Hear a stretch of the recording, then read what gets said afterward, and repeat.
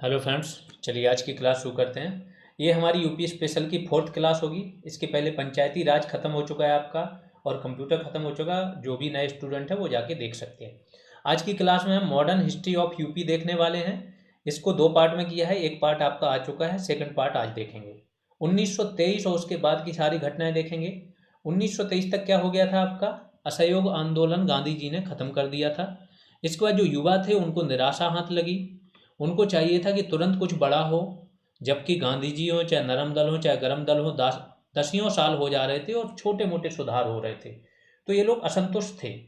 इनका मानना था कि आप क्या करो, हिंसा का सहारा लेके अंग्रेजों में इतना भय प्राप्त कर दो, इतने इनके अधिकारियों को संस्थानों पर हमला कर दो कि अपने आप छोड़ने को मजबूर हो जाए।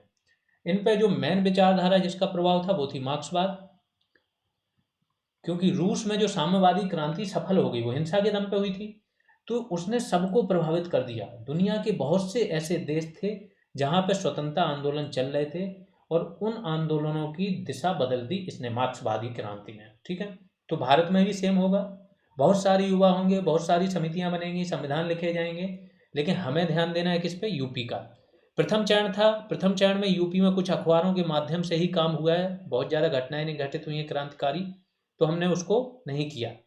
लेकिन सेकंड चरण में 2 संस्थाओं की स्थापना होगी, एक एचआरए, दूसरी इसी की शाखा, नाम चेंज हो जाता है एचएसआरए। उसको बहुत डिटेल में पढ़ेंगे। हुआ क्या था कि बंगाल में एक समिति थी, अनुशीलन समिति।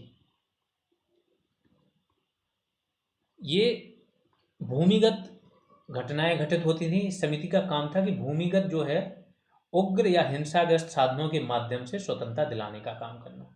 तो ये भूमिगत अटैक वगैरह करते रहते थे। इसी अनुशीलन समिति की एक शाखा के रूप में एचआरए की स्थापना हुई।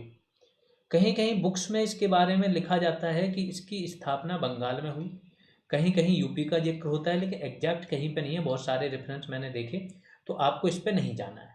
दूसरा चीज, कहीं कहीं सचिन नाथ सान्याल लिखा जाता है कि इन्होंने स्थापना की। सचिन नाथ सान्याल। किसी किसी स्टैंडर्ड बुक्स में इसका जिक्र है कि इसका जो संविधान है 1923 में ही रामप्रसाद बिस्मिल ने लिख दिया था, है ना। और वो संविधान आपका इलाहाबाद में लिखा गया। तो जैसा मैंने बोला, जहाँ पे डाउट हो वो चीज़ें आपको सारी पता होनी चाहिए। ऑप्शन जैसा हो उस हिसाब से आपको लगाना है। वैसे डाउटफुल चीज़ों में उसके सदस्य पूछ लिए जाएंगे, इसके कार्यक्रम पूछ लिए जाएंगे और चीज़ें पूछ ली जाएंगी। तो हिंदुस्तान रिपब्लिक एसोसिएशन का इसका गठन माना जाता है 1924 में। सचिन नाथ सान्याल, रामप्रसाद बिस्मिल और योगेश चंद चटर्जी ने किया था। चंद्रशेखर आज़ाद भी इसमें शामिल थे। आगे चल के भगत सिंह, सुखदेव, राजगुरु सभी लोग शामिल होंगे इसमें। इसके मुख्य सेनापति थे चंद्रशेखर आज़ाद। जन्म कहाँ हुआ था? अलीराजपुर, मध्य प्रदेश में। 1906 में जन्म हुआ था। और शहीद स्थल इलाहाबाद का अल्फ्रेड पार्क है, जहाँ पे इन्होंने खुद को ही गोली मार के शहीद कर दिया था।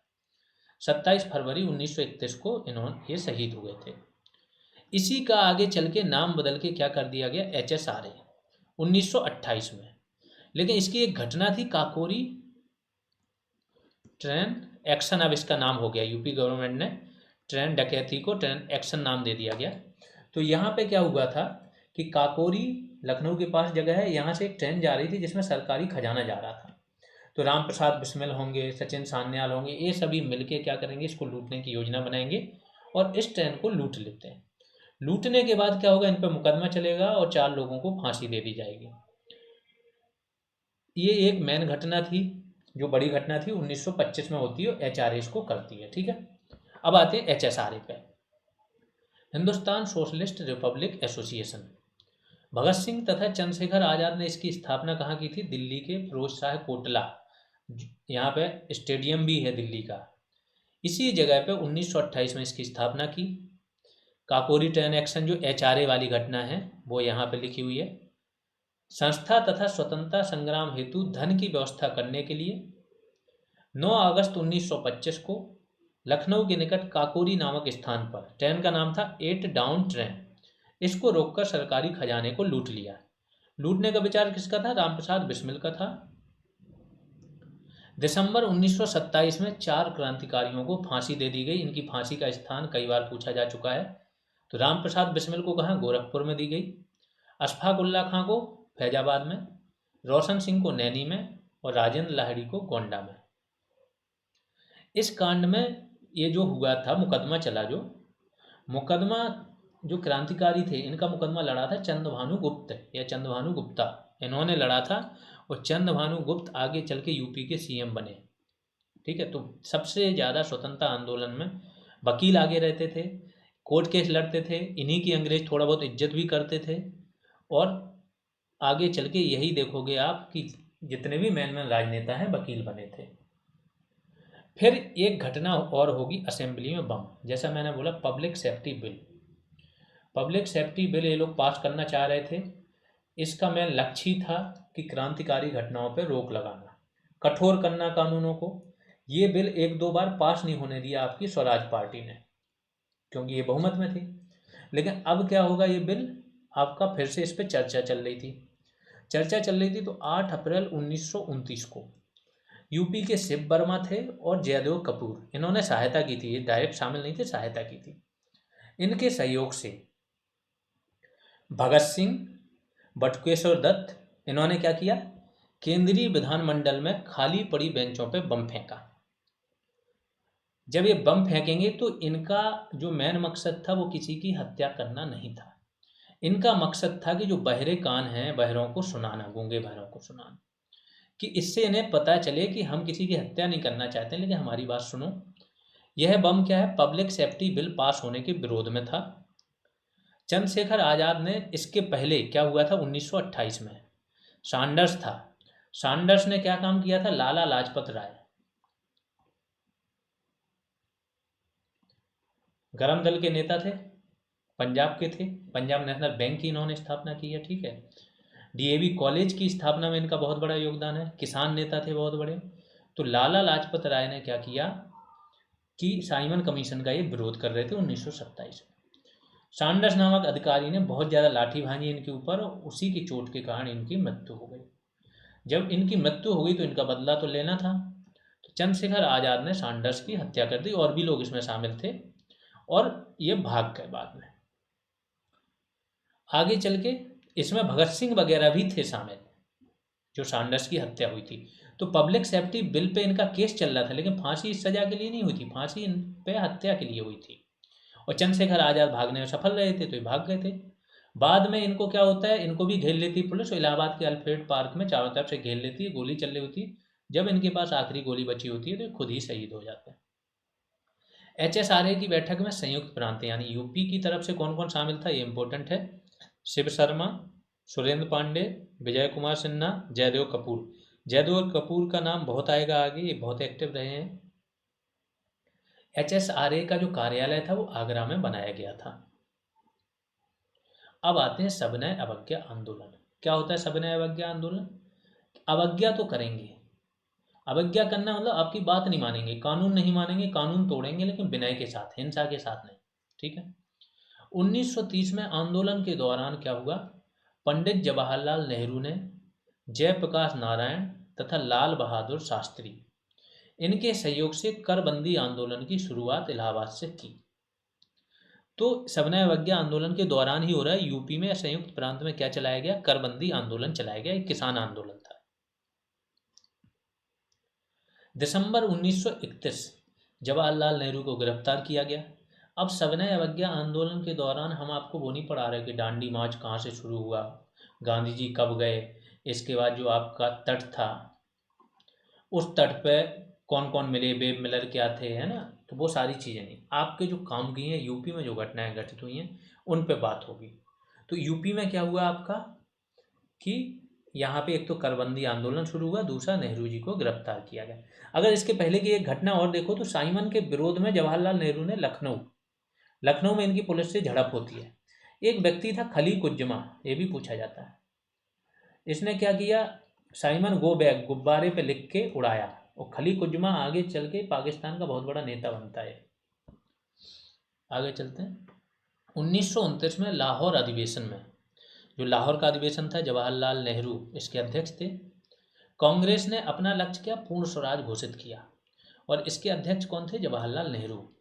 आगे चल के इसी जो इन्होंने अपना लक्ष्य घोषित किया था, इसी को पूर्ण करने के लिए ये क्या करते हैं, 31 दिसंबर 1929 की रात को 12 बजे रावी नदी के तट, रावी नदी आजकल पाकिस्तान में बहती है, ठीक है, इंडिया से भी निकलती है पाकिस्तान में, इसके तट पे तिरंगा फहरा के स्वतंत्रता दिवस का ये मनाएंगे। इसके बाद 26 जनवरी 1930 को पहला स्वतंत्रता दिवस मनाएंगे। तो 26 जनवरी की तारीख इसलिए इतनी महत्वपूर्ण थी कि हमारा स्वतंत्रता जो संविधान था स्वतंत्रता के बाद, वो कब बन गया था? 26 नवंबर 1949 को ये बन चुका था, लेकिन हमने 2 महीने वेट किया और 26 जनवरी को इसे पूरी तरह से लागू किया। 31 दिसंबर 1929 को रात के 12 बजे जवाहरलाल नेहरू ने रावी नदी के तट पर तिरंगा फहराया। क्वेश्चन आता है यहाँ से। 26 जनवरी 1930 को प्रथम स्वाधीनता दिवस के रूप में मनाया गया। अब 1937 का प्रांतीय मंत्रिमंडल देख लेते हैं। क्या हुआ था कि 1935 का अधिनियम आया था। इसमें विशेषता थी कि भारत का एक संघ बनाया जाएगा जिसमें देशी रियासतें भी शामिल होंगी, लेकिन देशी रियासतों को डर था कि उनके अधिकार छीन लिए जाएंगे, वो शामिल नहीं हुए। तो 1935 के अधिनियम के अनुसार चुनाव नहीं हुए थे, ये भी क्वेश्चन पूछा गया। 1919 के अधिनियम के अनुसार ही चुनाव होंगे। कब? 1937 में। इसमें जब चुनाव होंगे तो 6 राज्यों में तो कांग्रेस डायरेक्ट बहुमत में रहेगी, खुद सरकार बनाएगी। 2 राज्यों में कांग्रेस दूसरी पार्टियों के सहयोग से गठबंधन सरकार बनाएगी। तो भारत सरकार अधिनियम 1935 में संघ बनाने का प्रावधान था, परंतु देशी रियासतों के शामिल न होने पर 1937 का चुनाव 1919 के अधिनियम के अनुसार ही होगा। कांग्रेस ने संयुक्त प्रांत समेत कुल 6 प्रांतों में पूर्ण बहुमत की सरकारें बनाई। बंगाल में इनकी सरकार नहीं थी और पंजाब में नहीं थी, ठीक है। संयुक्त प्रांत में 228 में से 134 स्थानों पर कांग्रेस की विजय हुई है। तो संयुक्त प्रांत में कितनी सीटें हैं? 228 थी। अगर देखो तो 115 चाहिए इन्हें, लेकिन 134 सीटें। वो कब आई? जब मुस्लिम लोगों के लिए अलग से सीट रिजर्व थी, पृथक निर्वाचन था, इनको केवल मुस्लिम ही वोट दे सकते हैं और इस पर मुस्लिम लीग के लोग खड़े होते थे, तब कांग्रेस की इतनी सीटें आई थी। गोविंद बल्लभ पंत, जीबी पंत के नेतृत्व में सरकार बनी। आगे चल के यही फिर से सीएम बनेंगे। इस टाइम पीएम का पद एक कहलाता था, तो ये पीएम बने थे। भारत छोड़ो आंदोलन देख लेते हैं, इसमें यूपी की क्या भूमिका रही 1942 से 1945 तक। पहले बैकग्राउंड में घटनाएं देख लेते हैं क्या क्या घटित हुई। 14 जुलाई 1942 को कांग्रेस की कार्य समिति की वर्धा, गुजरात में वर्धा बैठक में अंग्रेजों द्वारा भारत छोड़ो प्रस्ताव पारित हुआ। मतलब अंग्रेज भारत छोड़ो, ये प्रस्ताव पारित हुआ। इसके बाद 1 अगस्त 1942 को इलाहाबाद में तिलक दिवस का आयोजन किया गया। 1 अगस्त 1942 को इलाहाबाद में तिलक दिवस, लोकमान्य बाल गंगाधर तिलक की उसमें। 8 अगस्त 1942 को कांग्रेस की जो वर्किंग कमेटी है, इसने क्या किया?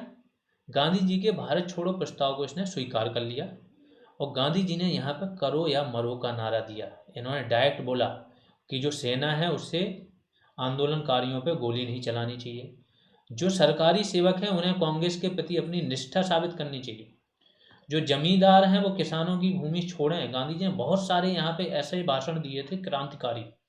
भूमि उसकी होगी जो भूमि को जोतता है, डायरेक्ट बोल दिया। समाजवाद यहीं से दिख रहा था। तो ये सारी चीज़ें हो, फिर आखिरी यही बोला, या तो करो ये आखिरी लड़ाई या मरो। तो यहाँ से अपेक्षाकृत रूप से ये थोड़ा हिंसात्मक लग रहा था कि गांधी जी ने यहाँ पे कहीं ना कहीं लोगों को उग्र किया है। बाद में जब हिंसा होने लगी, हुआ क्या कि ये आंदोलन शुरू ही नहीं हुआ था 9 अगस्त। 8 अगस्त को ये अनुमति मिली, 9 अगस्त से आंदोलन शुरू होना है, तो 9 अगस्त की सुबह हो ही नहीं पाई। सुबह होने से पहले ही जितने भी बड़े नेता थे, चाहे वो केंद्र के बड़े नेता हों चाहे राज्यों के, सबकी गिरफ्तारी हो गई ऑपरेशन जीरो आवर के तहत। ये जीरो आवर आपकी परीक्षा में पूछा जाता है। जब सभी गिरफ्तार हो जाएंगे तो दिशा निर्देश देने के लिए कोई नहीं है। आंदोलन दिशाहीन, नेतृत्वहीन, आम लोगों ने नेतृत्व संभाला अपने हिसाब से, जिससे जो बन पड़ रहा था वो कर रहे थे। इतने खतरनाक तरीके से हुआ ये आंदोलन कि कम से कम नहीं तो 300 पुलिस स्टेशन जला दिए गए थे, जो रेल की पटरियां कई उखाड़ दी गई, प्लेटफॉर्म जला दिए गए, टेलीग्राम लाइनें उखाड़ दी गई। जो अंग्रेज सरकार थी उसने हेलीकॉप्टर से गोलियां चलाई थी। सोचो, ये भी आता है कि हेलीकॉप्टर से इन्होंने गोलियां चलाई। इस तरीके की स्थिति बन गई थी। तो 9 अगस्त को आंदोलन की शुरुआत हुई, परंतु उसके पूर्व ही 9 अगस्त की रात को ऑपरेशन जीरो आवर के तहत सभी प्रमुख नेताओं को गिरफ्तार कर लिया गया। आंदोलन के दौरान कुछ समानांतर सरकारें बनी, जैसे बलिया, अब यूपी का अपने को देखना है, नहीं तो तामलुक सरकार बनी थी, शोलापुर में बनी थी और सारी जगह, ठीक है। हमें देखना है बलिया में चित्तू पांडे के नेतृत्व में एक अस्थाई सरकार की स्थापना की गई। कुछ समय ही चली, फिर अंग्रेजों ने यहाँ कब्जा कर लिया। बलिया का शेर बोला जाता है इनको, चित्तू पांडे को। गांधी जी को पूना के आगा खां महल यहाँ पे कैद किया गया और नेहरू जी को इलाहाबाद की नैनी जेल में। यहाँ पे अंग्रेज इनके पास गए जब बहुत ज़्यादा हिंसा हो रही थी, इतनी ज़्यादा हिंसा हो रही थी कि यहाँ तक अब इंडियन डरना बंद कर दिए थे। ऑलमोस्ट हर दूसरे व्यक्ति के पास जेब में गन होती थी। तो वो क्या करता था, चलता जा रहा, बगल से अंग्रेज अधिकारी निकला या कुछ भी निकला, सीधा फोड़ दिया सब। तो ऐसे करके अंग्रेजों में इतनी दहशत आ गई थी कि ये लोग 1948 में पहले छोड़ने वाले थे, 1 साल पहले छोड़ के गए हैं।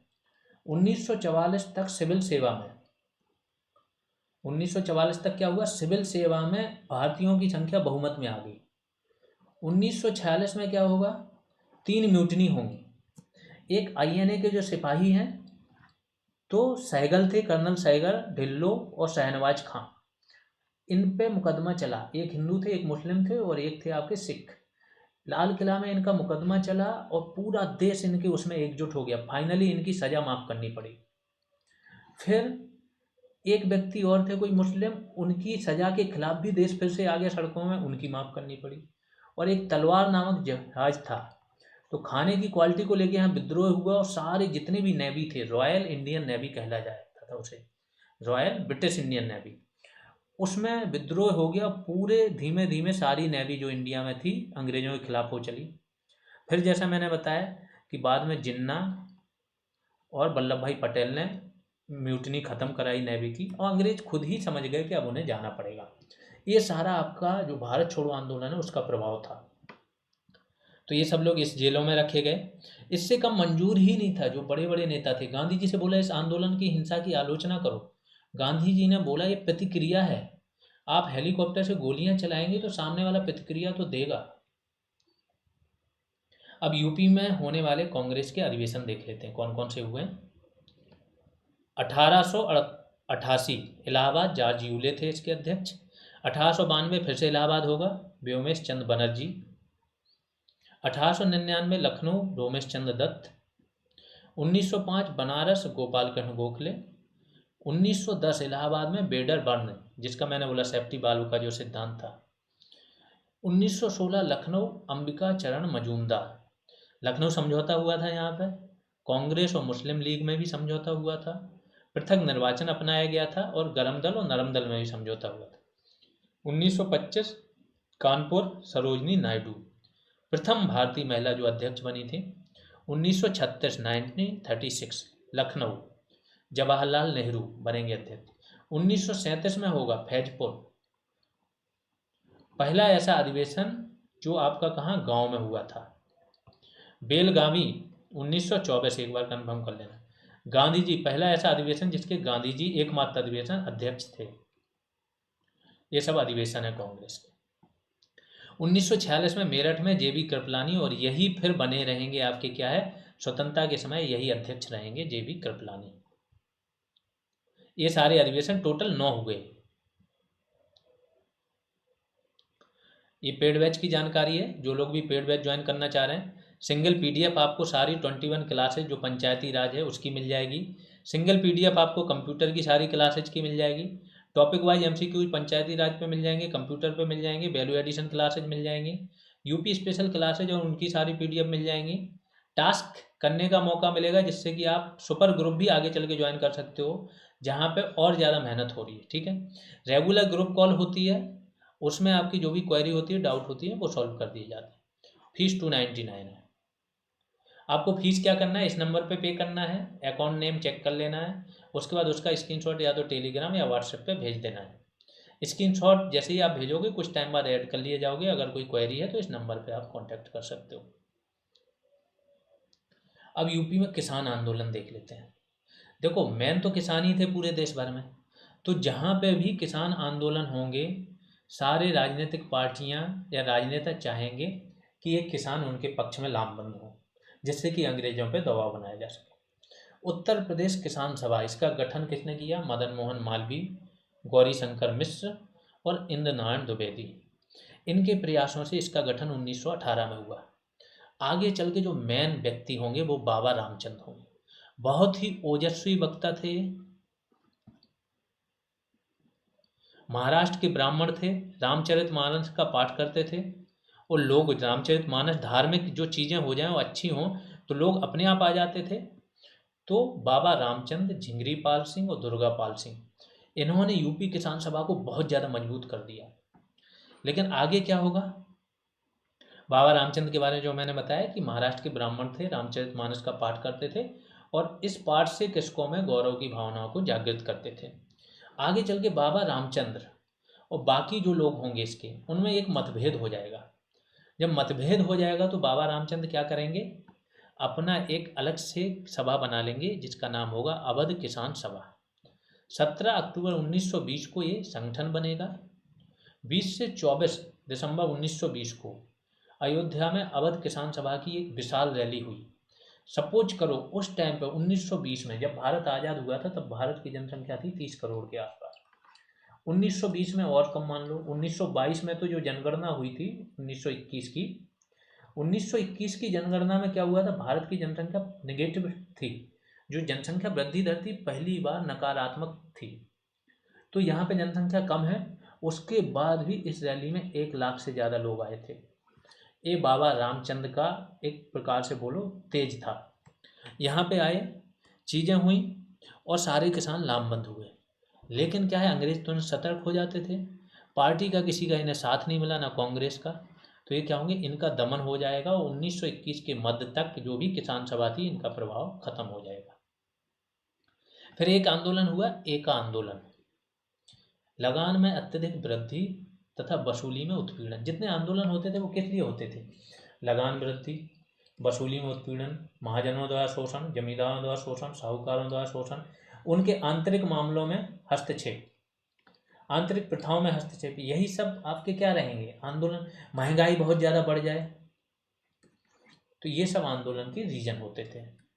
तो इन्हीं रीजनों की वजह से मदारी एक व्यक्ति का नाम था, दूसरे का पासी और तीसरा सहदेव। इनके नेतृत्व में सीतापुर, हरदोई और बहराइच के किसानों ने एका आंदोलन शुरू किया। इसमें किसानों के साथ साथ, बस किसान सभा और एका आंदोलन में अंतर ये था कि किसान सभा में सिर्फ और सिर्फ किसान थे, इस आंदोलन में किसानों के साथ साथ कुछ जमींदार भी थे। तो इसमें किसानों के साथ कुछ जमींदार भी थे। 1922 में ये आंदोलन भी आपका समाप्त हो जाएगा।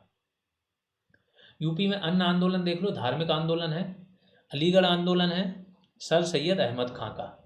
अंग्रेजों के पक्षधर थे सर सैयद अहमद खां। इनको सर की उपाधि अंग्रेजों ने दी थी, नाइटहुड की। इन्होंने इसका नेतृत्व किया, पढ़े लिखे थे, बैरिस्टर थे, शायद जज थे, है ना। 1864 में सर सैयद अहमद ने एक साइंटिफिक सोसाइटी की स्थापना की। एक्चुअली ये आधुनिक मूल्यों के प्रणेता थे। इनका मानना था कि मुस्लिमों को भी आधुनिक शिक्षा ग्रहण करनी चाहिए और अंग्रेजों की जो पाश्चात्य शिक्षा है उनके प्रशासन का फायदा उठाना चाहिए। 1875 में अलीगढ़ मुस्लिम एंग्लो ओरिएंटल कॉलेज, बाद में इसका नाम क्या हो गया, अलीगढ़ मुस्लिम यूनिवर्सिटी, 1920 में इसकी स्थापना इन्होंने की थी। एक अखबार निकालते थे तहजीब उल अखलाक और एक पत्रिका निकालते थे राजभक्त मुसलमान। याद रखना, बहुत बार ये पूछा जा चुका है यूपीएससी में भी। तो राजभक्त मुसलमान, दैट मीन राजभक्त क्या है, राजा कौन है, अंग्रेज। तो उनके मुसलमान, ऐसे मुसलमान जो अंग्रेजों के समर्थक थे, उस नाम से पत्रिका भी निकालते थे। काशी के राजा थे शिव प्रसाद। इनके साथ इन्होंने पेट्रियोटिक एसोसिएशन बनाया था जो अंग्रेजों के रूल को सपोर्ट करता था। कांग्रेस का विरोधी थे ये लोग। 1867 में देवबंद में, अब इनके जस्ट अपोजिट देवबंद आंदोलन है ये। देवबंद में क्या हुआ, कासिम ननोतवी और रशीद अहमद गंगोही दो व्यक्ति थे। इन्होंने दारुल उलूम की शुरुआत की। ये एक मदरसा था एक प्रकार का। आज तो देवबंद से फतवे जारी होते हैं, आपने देखा होगा, नियम वगैरह बनाते हैं ये लोग, तो उसी टाइम का है। जिसने अलीगढ़ आंदोलन का विरोध किया, इनका ये था कि अंग्रेजों के विरोध में इन्होंने जिहाद की घोषणा कर दी थी कि अंग्रेजों का शासन इस्लाम के खिलाफ है, जिहाद की घोषणा कर दी। जो आधुनिक शिक्षा है उसका विरोध किया, पाश्चात्य शिक्षा का इन्होंने विरोध किया। तो ये था देवबंद। 1898 में बनारस में एनी बेसेंट ने क्या सेंट्रल हिंदू कॉलेज की स्थापना की थी। एनी बेसेंट आयरिश महिला थी।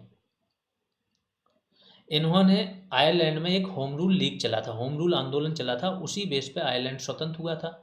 बड़ी पढ़ी लिखी महिला थी। 1917 के कांग्रेस अधिवेशन की अध्यक्ष रही, पहली महिला अध्यक्ष थी कांग्रेस की।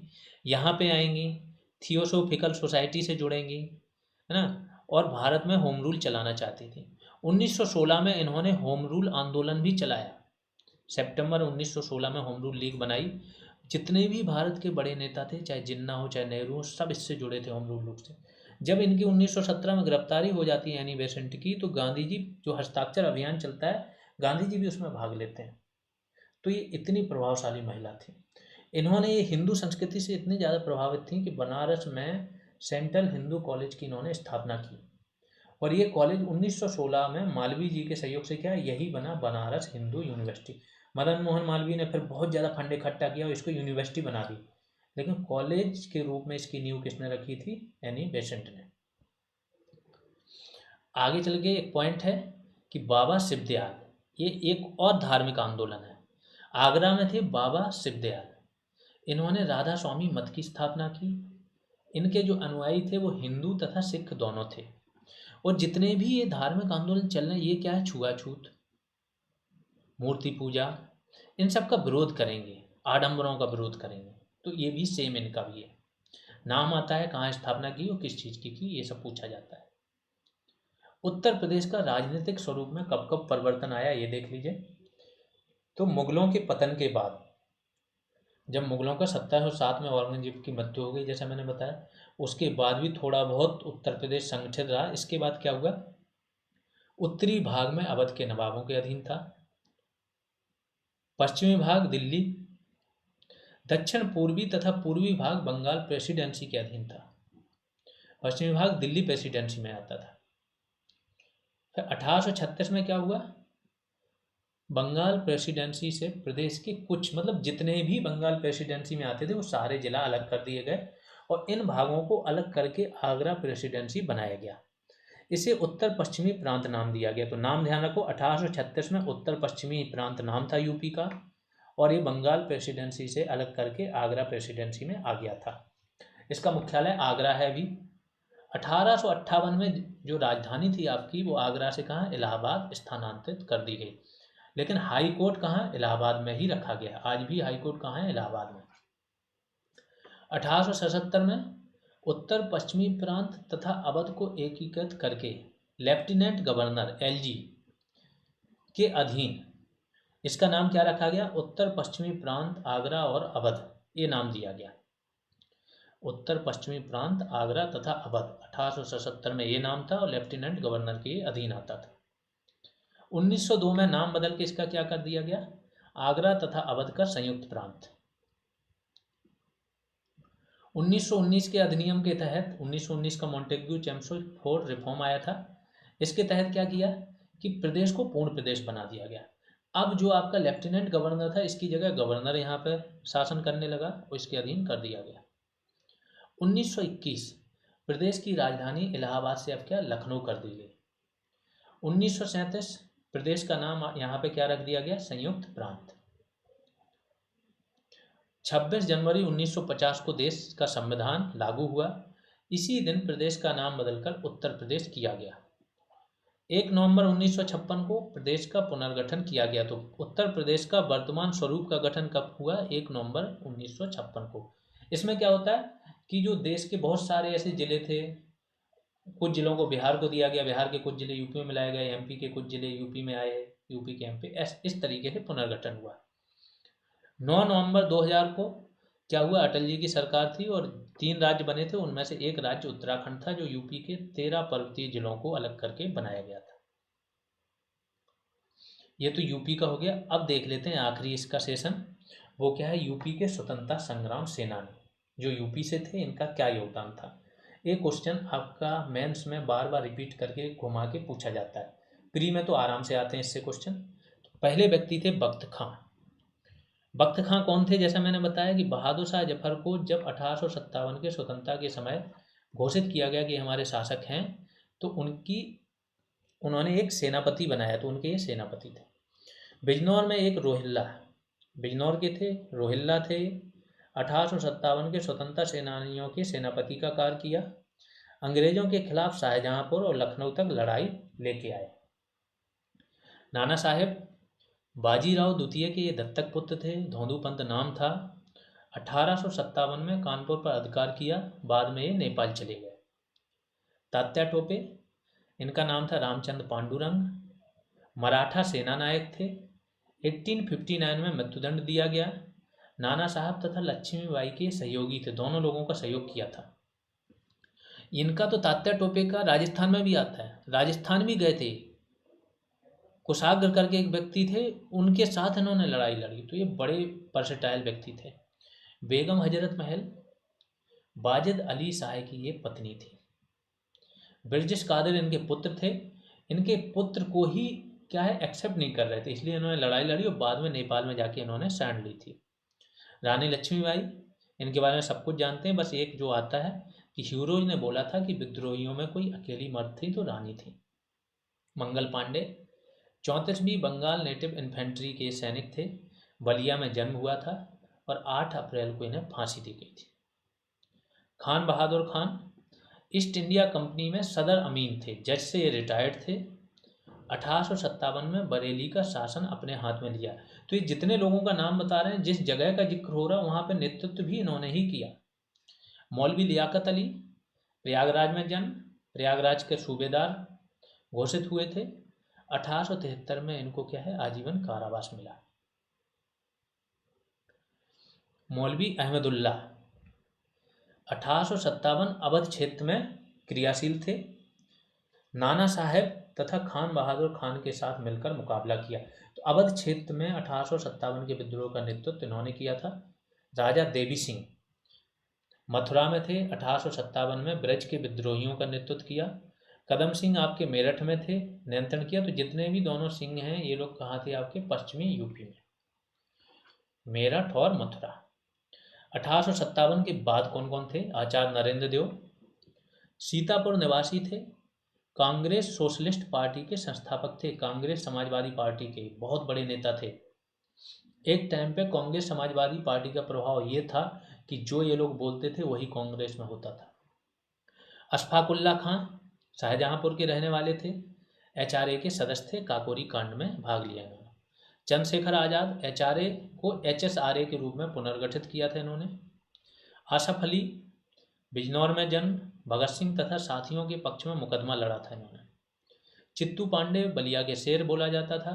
गणेश शंकर विद्यार्थी प्रयागराज में पैदा हुए, कानपुर बसे, प्रताप अखबार निकालते थे, क्रांतिकारी विचारों के रूप में जागरूकता फैलाते थे। गोविंद बल्लभ पंत पेशे से वकील थे, काकोरी का मुकदमा इन्होंने लड़ा। 1937 से 1939 तक संयुक्त प्रांत में सीएम रहे।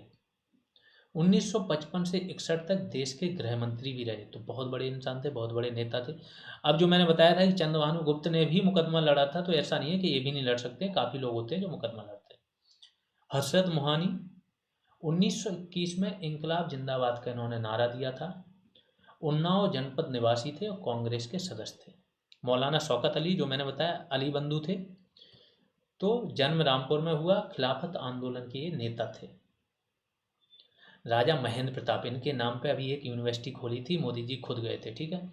क्रांतिकारी स्वतंत्रता सेनानी थे। 1915 में काबुल पहुंचकर भारत की पहली निर्वासित सरकार का इन्होंने गठन किया था।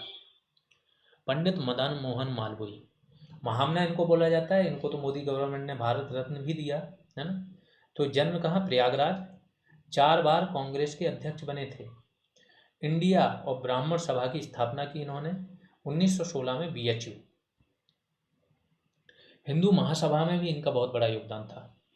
पुरुषोत्तम दास टंडन कांग्रेस के सदस्य थे। हिंदी को आधिकारिक भाषा का दर्जा दिलाने में महत्वपूर्ण योगदान है। राजर्षि इनके नाम पे के पहले क्या लगाया जाता है? राजर्षि पुरुषोत्तम दास टंडन। राम मनोहर लोहिया जन्म हुआ था अकबरपुर में। गुप्त रेडियो इन्होंने चलाया था, आपको पता हो, भारत छोड़ो आंदोलन के समय।